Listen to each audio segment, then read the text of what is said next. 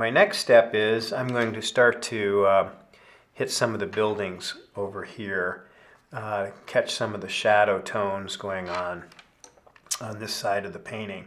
Since my sky is fairly dry, I can come in and paint that without having any bleed. So let's start with that. So as the photograph indicates, and my value rough here, the light is coming in from the right side of the painting here, illuminating this side of the lighthouse and these sides of some of these buildings. However, the front side of these buildings are turning away from the light, so I need to get the shadow tones in there. So that's what we're going to do next. Got a smaller brush here since I'm working in a smaller area, and I'm going to mix up pretty much a blue purpley shadow, something like that. Not too much different than the sky. Maybe a little touch of Payne's gray in it so it's not too garish a color, but essentially that's what I'm going to do. So across all of the buildings, starting with this first one, I'm just going to lay in sort of the shadow tone.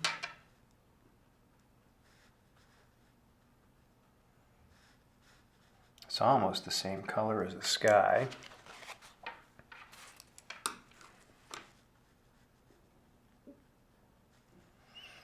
And there's a cast shadow coming across the side of the roof over here that is caused by the tower, the lighthouse tower, casting a shadow over here. So it's kind of fun. You start to see this stuff that normally you would just never catch.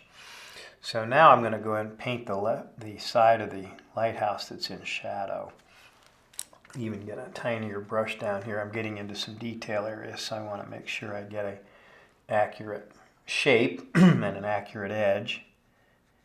So now the thing to consider here is that this lighthouse is round. And that means to make something look like it's round, it has to have a turning edge. And I'll show you what that means in just a second here. So it has this little ridge here that's catching some light. So I'll paint around that. And this casts a nice shadow right underneath that ridge as I come down. So this is kind of drying fairly quickly. So I want to get... What makes an object look round is that when it goes from dark to light, it's a soft turning edge, not a hard edge like you'll have on the buildings down below. So it makes this lighthouse look round is exactly this phenomenon of a turning edge. So as I go, I'm going to come down the side of this lighthouse, darkening it. Before it dries completely, I've got to come back and soften the right side of the shadow here so it reads as if it's a cylinder. That's the idea. And the way to do that is simply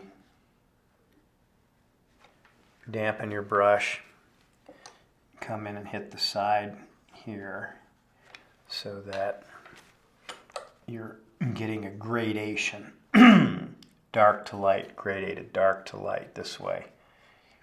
And so this makes it look like this tower, this lighthouse, is cylindrical, which it is.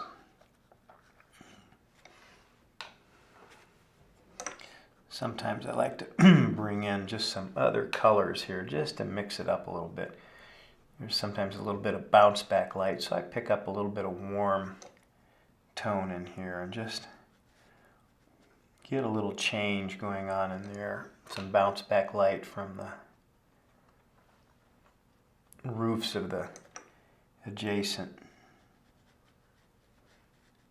buildings. Okay, so essentially that's what I've got. The left side of that tower is in shadow, and I have a soft turning edge here. Yeah, okay, good. So let that happen, and then I'm going to come over here and paint these buildings, though all the fronts of these buildings are cast in somewhat of a purple shadow. So same idea. I'm just going to make sure I get a good shadow tone and wash these in here.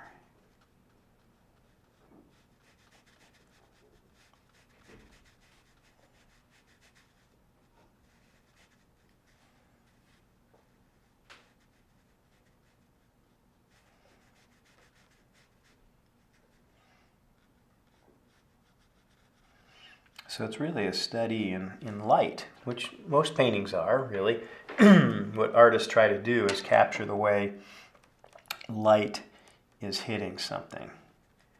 And so that's what's happening. As I study these buildings here, I see that parts of them are cast in shadow. And so it's imperative that I get those shadows in the right spot, including the front piece of that chimney there and this one here.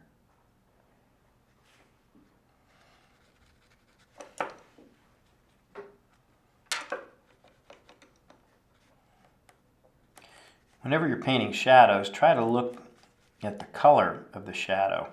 Most people default to, oh, it's just gray. Well, it's not just gray.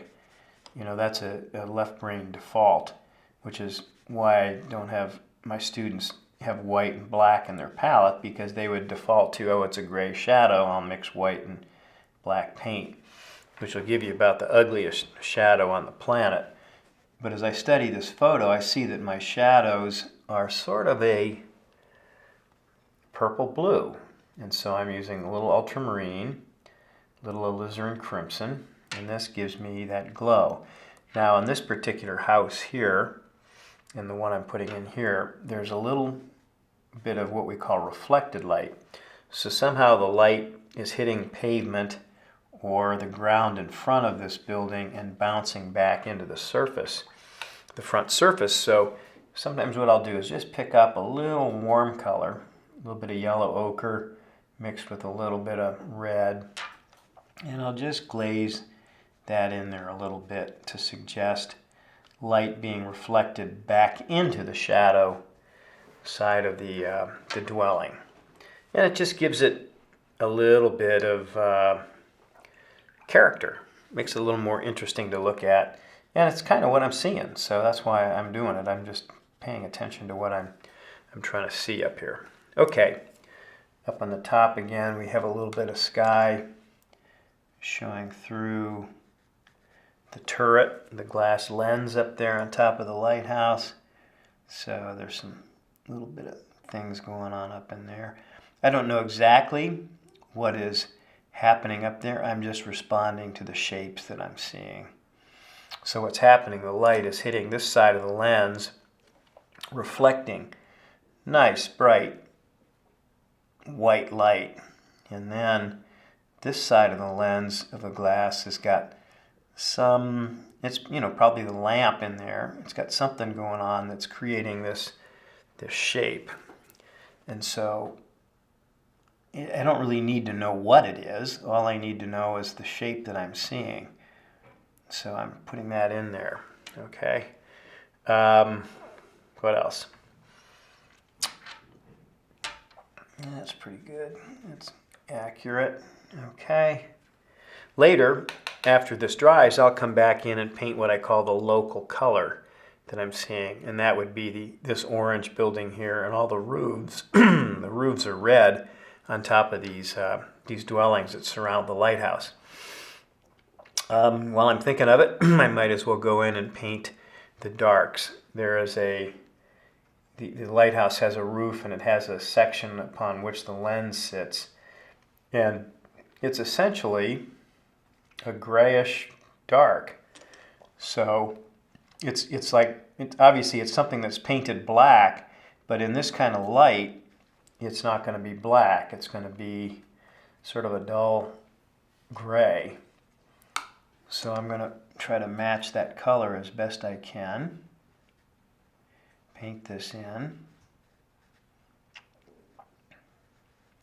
Now it too is catching light on the the left side or the right side, So it's got a little bit, it's a little darker on the left side. So how I do that is I get this painted in what I call the local color, and it has this little walkway that surrounds it.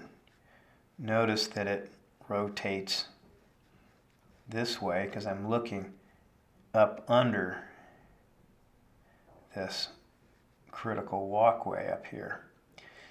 It's really important to study shapes. I can't tell you the number of people I've seen paint a lighthouse or something like this and turn the ellipse the other way as if they were looking down upon it. And I say, why did you do that? Oh, well, I needed to make it look three-dimensional. Well, yeah, it makes it look three-dimensional, but it makes it look like you're looking down on the lighthouse. So in this case, you'll notice that as I look up to this turret, I'm looking up under it. It's above me, so I'm going to see the underside of that. So it's really important that you study that shape accurately, because it's very easy, if you're not paying attention, to put in something you think you're seeing, but you're not. Okay, so that's what I'm doing here, is getting this in, and then I'll get this nice roof section on here. And the same thing, you're looking up under this little black roof that's going up on top of this lens of the lighthouse. It too is darker in places where the light is not hitting, so in a second I'll lift out a little bit of color here to suggest those changes. And it has this little probably a weather vane or a weather ball or something up on top that makes it look like a beanie. Something you'd wear to a party. Okay, so I've got those shapes in. It gets a little darker inside here. Again, this must be the lens or some other part of the lamp in there that's catching light in a different way. Has a little bit of a color, so I'm going to, all I'm doing is really studying what I'm painting so that I'm replicating it as best that I can, or interpreting it as best as I can. Okay, and then the light is hitting on this side of the top, so I'm going to lift out a little bit of color here, and I'm going to lift out some color on this side of the turret because light is hitting it in such a way as to illuminate it, and it too is going to go darker in degrees as it moves to the left. So this suggests again the roundness of this turret up there and the warmth of it over here. Sometimes to even push that, I'll come in with a little bit of warmer color. Again, I come back to my ochre, a little bit of warmth in here, and by pushing a little warmer color in here, it suggests a temperature change as well as a lighting change. Okay, good.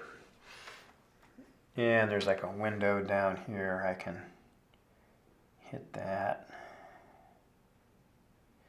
Again, not too dark. I mean, you have to, again, look at something and you'll say, is that, most people will come in and they'll paint this window black, and they put it in and the window becomes far too prominent for what it is. So much better to put it in sort of as it's a gray tone, really. So we're getting that in. Good.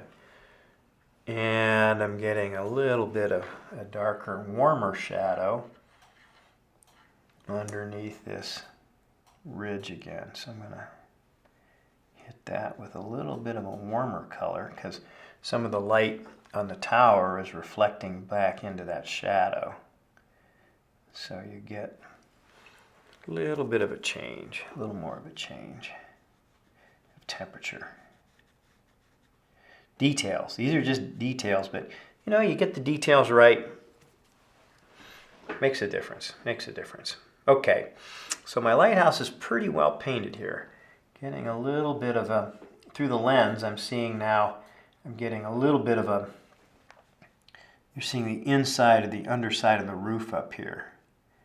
So I'm going to paint that in. So I'm looking slightly through the glass, but it's not quite that dark.